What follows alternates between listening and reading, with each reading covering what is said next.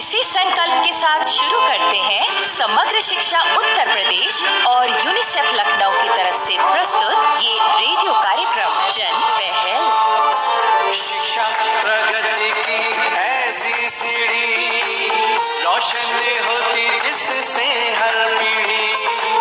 आज माता पिता ने है ठानी विद्यालय प्रबंध समिति में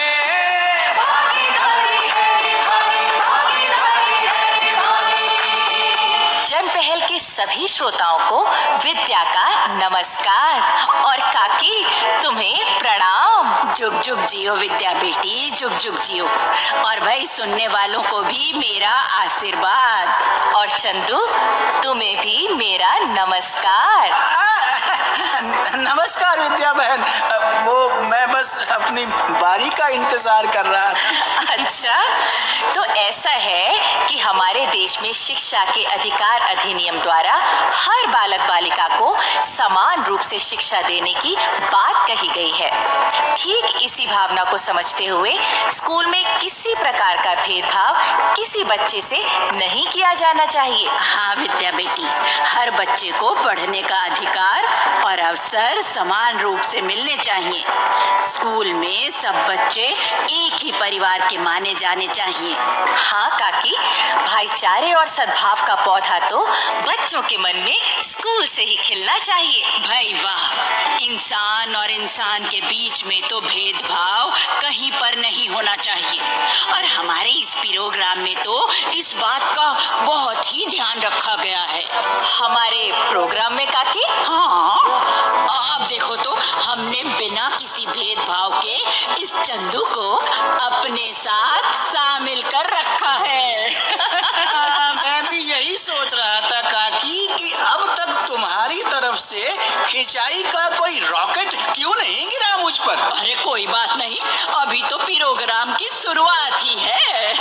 वैसे विद्या बहन, जब मैं स्कूल में पढ़ता था ना तो किसी बच्चे में फर्क नहीं समझता था। अच्छा, तो क्या करते थे तुम? मैं बिना किसी भेदभाव को मन में रखे किसी भी बच्चे के डिब्बे से खाना निकाल कर खा जाता था।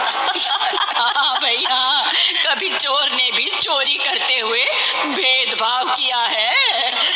चलिए काकी, अब हम अपने विषय की ओर लौटते हैं। तो काकी, जब हम इस विषय पर अपने कार्यक्रम की तैयारी कर रहे थे तो हमें पता चला कि स्कूलों में अगर बच्चों के साथ भेदभाव होता है तो वो रंग, जाति या धर्म के आधार पर होता है। अरे बेटी, लड़कियों के साथ भी इस प्रकार के व्यवहार का पता चलता है। हाँ काकी, इसे लैंगिक भेदभाव कहा जाता है।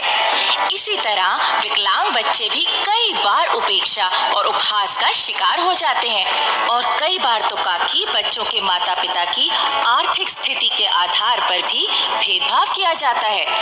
विद्या बहन, कई बार तो अध्यापक पढ़ाई में तेज और पढ़ाई में कमजोर बच्चों के बीच भेदभाव करते हैं। अच्छा? तेरे साथ तो भाई ये भेदभाव जरूर हुआ होगा चंदू। नहीं, मेरे लिए तो मेरे अध्यापकों के मन में बड़ी ही शुभ इच्छा होती थी। कैसी शुभ इच्छा? यही कि ये चंदू इस साल तो पास हो जाए। तो काकी, भेदभाव का शिकार बच्चा अगर पढ़ाई में तेज हो तो भी उसका मन पढ़ाई से उचाट हो जाता है और कई बार तो वो स्कूल ही छोड़ देता है। और इस प्रकार के माहौल के कारण समाज में भेदभाव की जड़ें मजबूत होती हैं। भाई स्कूल तो विद्या के मंदिर होते हैं, वहाँ ऐसा कोई व्यवहार नहीं होना चाहिए किसी बालक बालिका के साथ। और काकी, अब इसी बारे में एक नाटिका सुनवाने का मेरा मन है, लेकिन मेरे मन में ये भी है कि मैं एक लोकगीत पहले सुनवा दूं। हाँ, सावन का महीना है और बहना को अपने भैया का इंतजार है। अरे बहना, महीना सावन को आयो, भैया डाली भी आयो, बैठी हूँ कब से तेरी याद में, देखो पल पल तेरी बात, बीते रो रो के दिन रात मेरी, कब से मेरा निहारूं, भैया मैं तो ही पुकारूं, बैठी हूँ तेरी आस में। अरे बहना महीना सावन को आयो, भैया ना लेवे आयो, बैठी हूँ कब से तेरी याद में।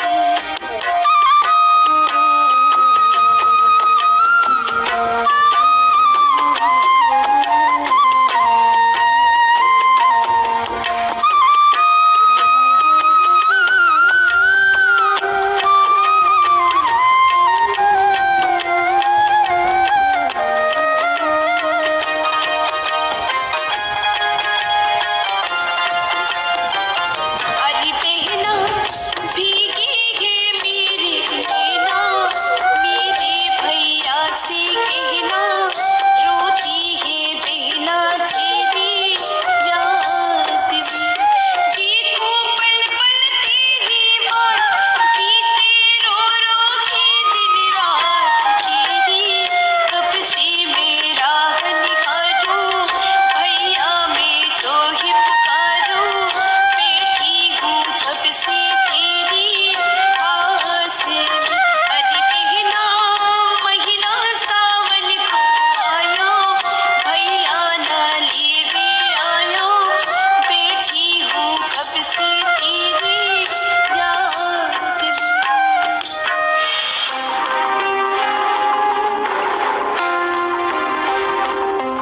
अम्मा, ओ अम्मा, अम्मा। अरे अरे क्यों चिपकी जा रही है? देख देख, भगोना गिर जाएगा मेरे हाथ से। पकी पकाई सब्जी बेकार चली जाएगी। अम्मा मुझे भी खाना परोस दो, भूख लगी है। तू तो अभी स्कूल का सबक याद कर रही थी। हाँ तो सबक याद कर लिया ना। तो कुछ देर और किताब पढ़ ले। भूख लगी हो तो किताब नहीं पढ़ी जाती। अरे जिद क्यों करती है? रोटी मांगना क्या जिद की बात हो गई अम्मा? तू जानती तो है नीतू, पहले तेरे बाबू और भैया खाना खाते हैं, बाद में हम और तुम खाते हैं। बाद में क्यों? हम औरतें घर के मर्दों के बाद ही खाना खाती हैं। क्यों अम्मा? फिर वही बेफिजूल के सवाल। अम्मा हमारे स्कूल में तो ऐसा नहीं होता। वहाँ जब दोपहर का भोजन परोसा जाता है तो सब बच्चे एक साथ खाते हैं। वहाँ तो पहले या बाद वाली कोई बात नहीं होती। और वो जो देबू काका है ना, वो खुद स्कूल में आकर इस बात पर ध्यान देते हैं कि खाना बांटने में किसी बच्चे के साथ कोई भेदभाव ना हो। अरे वो स्कूल की बात है। क्यों दुलारी, क्या स्कूल की बात घर में नहीं अपनाई जा सकती? बाबू, तो क्या शिक्षा के प्रकाश में घर की गलत परंपराएं तोड़ी नहीं जानी चाहिए? हैं? पहले हम बच्चियों को पढ़ने के लिए नहीं भेजते थे, लेकिन अब इलाके की हर बच्ची स्कूल जाती है, तो ये परंपरा हमने तोड़ी कि नहीं तोड़ी? वो तो ठीक है। ठीक है, तो फिर स्कूल में अपनाई सिखाई जाने वाली दूसरी अच्छी बातें घर में भी अपनाई जानी चाहिए। खासकर ये भेदभाव मिटाने वाली बात तो जरूर अपनानी चाहिए। चलानी तो बेटा, आज तुम, हम और तुम्हारा भैया मिलकर खाना खाएंगे। चलो बाबू। हाँ, आज तो मैं अपनी बेटी को अपने हाथों से खाना खिलाऊंगा। दुलारी, तुम हमारी थाली परोस दो। ठीक है। बाबू आज खाना खाने में कितना मजा आ रहा है ना। लीजिए, थोड़ी भाजी और ले लीजिए। बस बस, बहुत है, बहुत है। अम्मा कल से तुम भी हमारे साथ खाना खाओगी। हाँ जरूर। असल में क्या है दुलारी, कि आज देबू भाई मिले थे।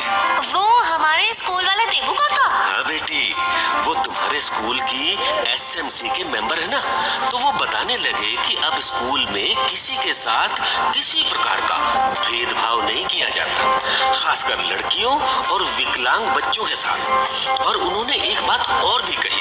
कौन सी? भेदभाव मिटाने का एक मतलब होता है बच्चों को उनके अधिकार देना। तो हमने स्कूल में लड़कियों के लिए जो अलग शौचालय बनवाए हैं, वो इसी की एक मिसाल है। ये तो अच्छी बात की स्कूल वालों ने। इसी प्रकार वर्दी, किताबें या दोपहर के भोजन के मामले में लड़के लड़कियों के साथ समान व्यवहार किया जाता है। और हमारे राष्ट्रीय शिक्षा के अधिकार अधिनियम में विकलांग बच्चों को जो सुविधाएं देने की बात कही गई है वो सब हमारे स्कूल में पूरी की जाती है। हाँ जी, पढ़ाई लिखाई पर तो इन बच्चों का भी समान अधिकार है। हाँ, स्कूल में विकलांग बच्चों को न सताया जाता है न ही उनका मजाक उड़ाया जाता है और ये बात अध्यापकों द्वारा सब बच्चों को सिखाई जाती है। ये तो बहुत अच्छी बात हो रही है हमारे स्कूल में। हाँ दुलारी, पर हमारे स्कूल की एसएमसी ने ये बातें अपनाकर एक मिसाल कायम की है। स्कूल में किसी भी प्रकार का भेदभाव मिटाने को एसएमसी के मेंबर अपनी एक बड़ी जिम्मेदारी मानते हैं। ऐसा तो हर एसएमसी को सोचना चाहिए बापू। हाँ बेटा।